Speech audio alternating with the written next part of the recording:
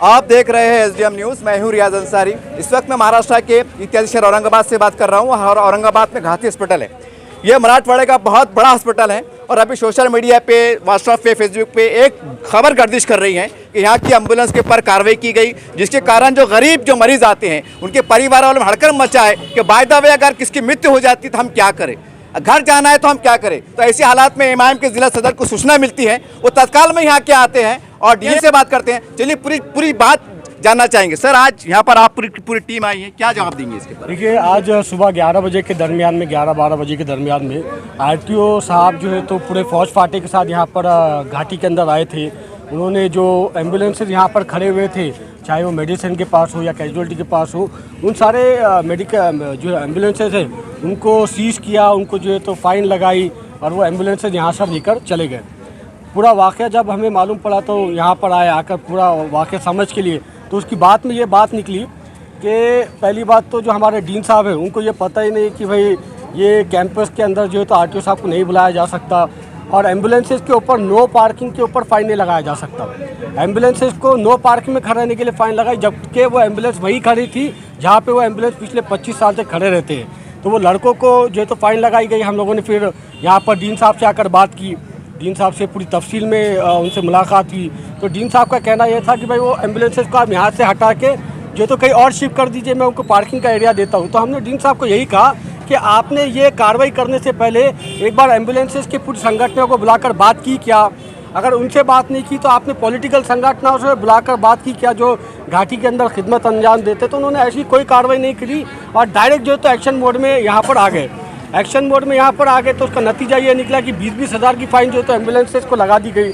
हम लोगों ने अभी डीन साहब से बात की, डीन साहब ने हमको ये आश्वस्त किया है कि वो पर्सनली आरटीओ साहब से फ़ोन पर बात करेंगे और कहेंगे कि भाई ये जो तो एम्बुलेंसेज सही जगह पर खड़ी हुई थी, पार्किंग में ही खड़ी हुई थी और जो फ़ाइन आरटीओ साहब ने इन एम्बुलेंसेज के ऊपर लगाई है वो फ़ाइन जो है तो वो कैंसिल करने के लिए रिक्वेस्ट करेंगे। और साथ ही में एक रिटर्न लेटर भी जो है तो डीन साहब ने हमें देने के लिए वादा किया है अभी कि एक लेटर जो है तो आरटीओ साहब के लिए वो लिखकर हमको अभी यहाँ पर देंगे कि भाई जो आज कार्रवाई घाटी के अंदर की गई है वो कार्रवाई जो है तो उसको उनके ऊपर जो फ़ाइन लगाई गई है वो फ़ाइन जो है तो कैंसिल की जाए और उन पर जो है तो एम्बुलेंसेज को रिलीज़ किया जाए। ऐसा आश्वासन जो है तो हमको डीन साहब ने यहाँ पर दिया है। सर, हमने डीन साहब से बातचीत की, उनसे मैंने सवाल किया था कि सर यहाँ पर एक बहुत से लोगों की शिकायत है, इतना बड़ा हॉस्पिटल है और दवाइयाँ बाहर से मंगाते हैं। उनका साफ तौर से कहना है कि ऐसा नहीं है, जबकि ये बात कई लोग कहते हैं कि दवाइयाँ। इसके ऊपर आपका क्या कहना है? डीन साहब का धंधा चल रहा, डीन साहब के डॉक्टर्स का धंधा चल रहा, पूरे एजेंट जो है तो यहाँ पर घूमते हुए आपको नज़र आएंगे। वो एजेंट ये अलग अलग जो मेडिकल बाहर बनाई गई है, देखिए घाटी कैंपस के अराउंड में 1 किलोमीटर 2 किलोमीटर के रेडियस में कोई बड़ा दवाखाना नहीं है, मगर फिर भी क्या बात है कि पिछले 2-3 साल के अंदर 30 से ज़्यादा मेडिकल जो है तो इस रोड के ऊपर बनाई दी गई है, 35 से ज़्यादा मेडिकल्स इस रोड के ऊपर बनाई गई है। खासदार इम्तियाज़ जलील साहब भी बार बार ये जो है तो मुतालबा करते रहे हैं, ये उनकी शिकायत दर्ज करते रहे कि क्या बात है कि लगातार जो है तो घाटी कैंपस के अराउंड में मेडिकल बनाई जा रही है। कॉरपोरेशन के फुटपाथ के ऊपर कॉरपोरेशन बादफ्ता जो है तो उनको वहाँ पर टीन का शेड की एक परमिशन दे रही है और वो परमिशन की आड़ में इलीगल जो है तो मेडिकल जो है तो वहाँ पे खड़े किए जा रहे हैं। और हो ये रहा है कि वो मेडिकल के एजेंट्स आपको घाटी के कैंपस में कैजुअलिटी के अंदर, मेडिसिन के अंदर घूमते हुए दिखाई देंगे और वो एजेंट का जो है तो राब्ता है उन डॉक्टर्स के साथ और डीन के साथ और उनके जो तो तमाम जो है तो उनके पदाधिकारियों के साथ, उनकी पूरी एडमिनिस्ट्रेशन के साथ। विदाउट एडमिनिस्ट्रेशन के सपोर्ट के ये हो नहीं सकता। ये इलीगल एक्टिविटीज़ चल रही है ना, ये भी उनको दिखाने की ज़रूरत है। सवाल ये सर, आप जब इतना बेखौफ होकर बोल रहे हैं कि इलीगल कार्रवाई चल रही है तो फिर ऐसे एजेंट को पकड़ के आप पुलिस के हवाले क्यों नहीं करते? सवाल तो आएंगे ना उनके सर। ये क्या देखिए, मसला क्या है मालूम है क्या? पेशेंट मजबूर रहता, पेशेंट का रिलेटिव मजबूर रहता। अभी फॉर एग्जांपल अगर हार्ट आ गया और आपका बेटा अगर आपके लिए दवाई लेने के लिए गया और घाटी के अंदर दवाई नहीं है तो वो मेरे को फ़ोन नहीं मारने वाला, वो पहले उसके वालिदा के लिए, वालिद के लिए दवाई लेने के लिए भागने वाला है।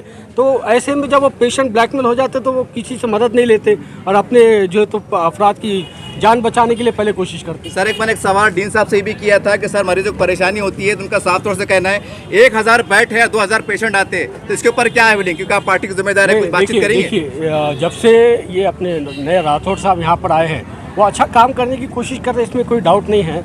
मगर जैसा उन्होंने कहा कि भाई फ्लो ऑफ पेशेंट ज़्यादा है इसलिए नहीं हो पाता, मगर थोड़ा और ये बेहतर कर सकते, स्ट्रेचर्स के लिए थोड़ा आप इंतज़ाम कर सकते, थोड़ा आपके वार्ड्स के अंदर जो है तो वेंटिलेटर्स के लिए इंतज़ाम कर सकते हैं। आप मुतालबा नहीं करते, आप कोशिश नहीं करते, इसीलिए ये हाल है जनाब। देखिए मामला ऐसा है। सर का आखिरी सवाल, मराठवाड़े से कई लोग आते हैं, दवाई बोलो, बहुत सी परेशानी लाग होती है, उनका कोई हेल्प नंबर कि आप मेरे सदर दफ्तर पे आइए, मेरा नंबर लीजिए, मेरे से बात कीजिए ताकि गरीब को फ़ायदा हो सके।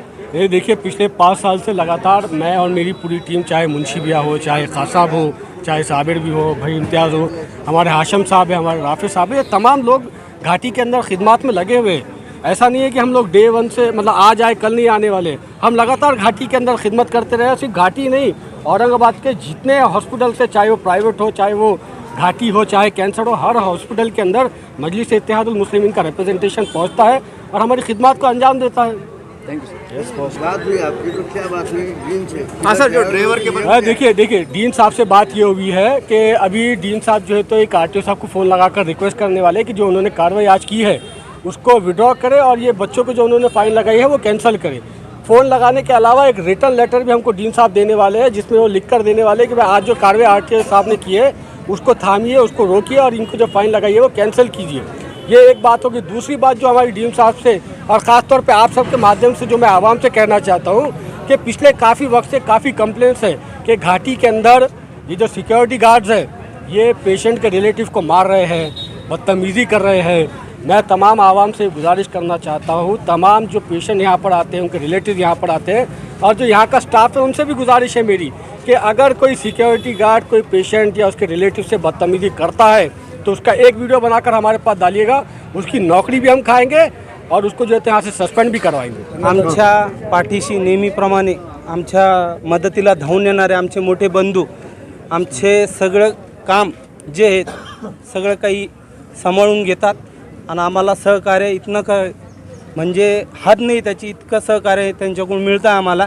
आता त्यांनी आम्ही त्यांच्याकडे गेलो एक रिक्वेस्ट घेऊन, ते आमच्या मदतीसाठी इथं आले, त्यांनी आमचं सोबत डीनसोबत बोलणं झालं आणि त्यांनी त्यांच्या विचाराबद्दल बोलून आमचं बोलणं झालं। सर आपने अभी कहा मोटे बंधु, ऐसा लग रहा है आपके रिलेटिव है, ये एमआईएम के जिला अध्यक्ष है, इसके बारे में बोलिए आप। मैं सचिन गंगावने हूँ, ये हमारे भाई है, हमारे बड़े भाई थे, जिला अध्यक्ष भी एमआईएम के हो। जो हमारे भाई है, जिला अध्यक्ष जो है हमारे जो गाड़े का जो मसला है ये हमारे समीर भैया ने हल कर दिए। एमआईएम पार्टी से खुश है आप? ये एमआईएम से भी खुश है, हमारे भैया से भी खुश है, हम किससे भी खुश।